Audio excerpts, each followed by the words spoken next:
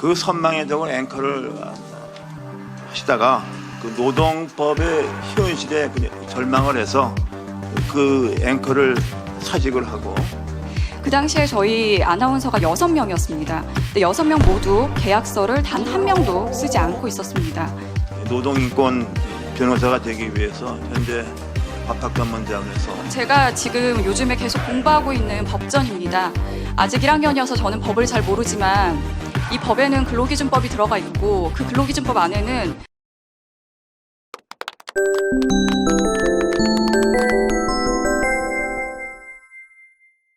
장돈 위원님, 질의와 신문해 주시기 바랍니다.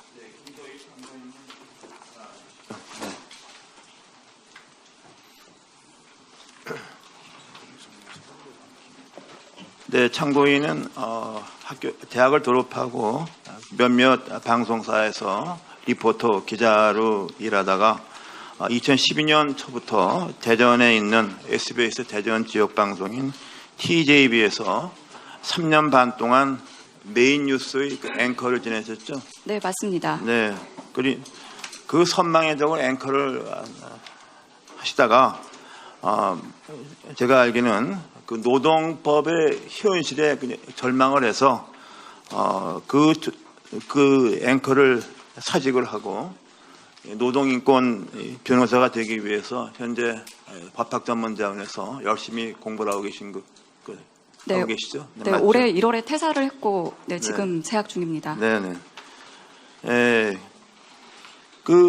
우리가 대충 생각하면은 특히 보도 분야에 메인 앵커 같으면 당연히 정규직이고 회사의 어떤 방침에 따르게 되어 있는데, 처음에는 계약서도 없이 일을 하다가 이제 계약서를 했는데, 그 계약서가 일종의 프리랜서 계약서죠. 우리가 이제 프리랜서를 할 것 같으면 그 회사에 대해서는 자기 할 일만 하고 그 외에 가외로 다른 일도 할 수 있는 게 프리랜서죠. 그게 가능했습니까? 어땠습니까? 일할 때? 실제로는 그렇게 되어야 하는데 사실은 그렇지가 않았습니다. 저는 일단 입사를 해서 그 3차에 걸친 전형을 거쳐서 TJB에 입사를 했고, 3개월간의 수습 기간을 거친 뒤에 내부 오디션을 거쳐서 8시 메인 뉴스 앵커로 발탁이 2012년 4월에 됐는데요. 그 당시에 저희 아나운서가 6명이었습니다. 근데 6명 모두 계약서를 단 한 명도 쓰지 않고 있었습니다. 그리고 2년 뒤에 계약서를 그때 돼서야 썼는데, 그것도 저희 중에 한 명이 구두 통보만으로 해고가 되면서 저희 나머지 아나운서들이 너무 불안해서 일을 할 수가 없다.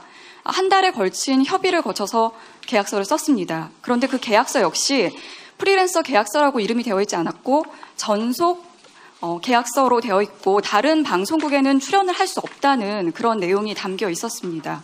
그리고 저희가 외부적인 행사를 할 수 있도록 해줘야 하는 것이 사실 프리랜서인데요. 저 같은 경우에는 8시 메인 뉴스를 맡고 있는 3년 6개월 동안 회사에서 위신이 떨어진다는 이유로 행사를 하지 못하도록 했습니다. 회사의 체면을 위해서 개인적인 추가적인 수입 소득원을 얻지 못하도록 한 것인데, 이런 부분에 대해서 저는 좀 문제가 있다고 생각했습니다. 네.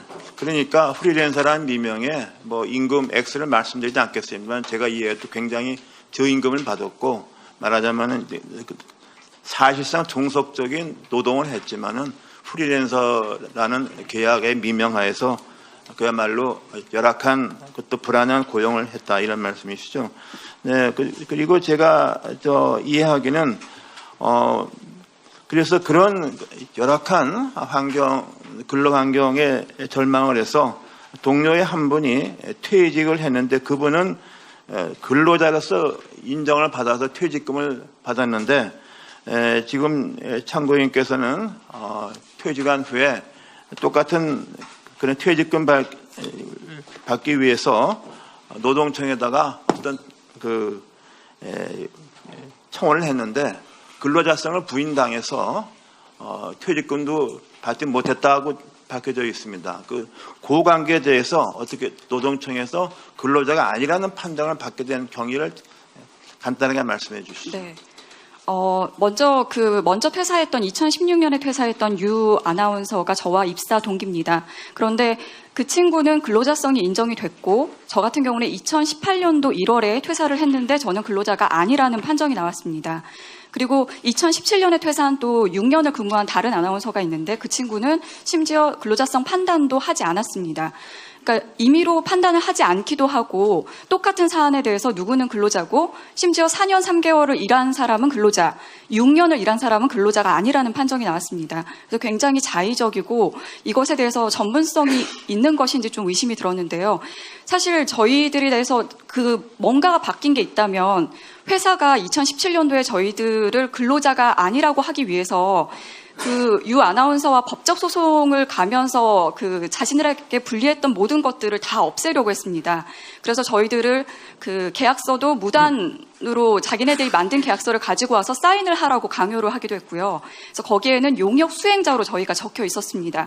저는 거기에 반대를 했고 그 결과 저에게는 여러 가지 불이익을 주시기도 하셨습니다. 네, 그러니까 퇴직금을 받게 된 그런 일을 발생하지 않기 위해서 사측에서는 말하자면은 고용자가 아닌 것처럼 말하자면 동서성이 없는 것처럼 많은 자기적인 어떤 기법을 동원했다 이런 말씀이고 그래서 그거를 노동청이 그냥 액면 그대로 받아서 네. 말하자면 노동자가 아니고 프리랜서라서 퇴직금이 없다 이렇게 판정했다는 그런 말씀이시죠? 네, 저는 그렇게 생각하고 있습니다. 네네. 거기에 대해서 현재 민사 소송을 제기할 그런 생각을 갖고 계십니까? 일단 저는 노동청에 재진정을 넣었는데 그 재진정은 엄연한 의미에서 불복 절차나 이의 절차가 아니라고 들었습니다. 단지 한 번 더 판정을 해달라는 의미라고 들었고요.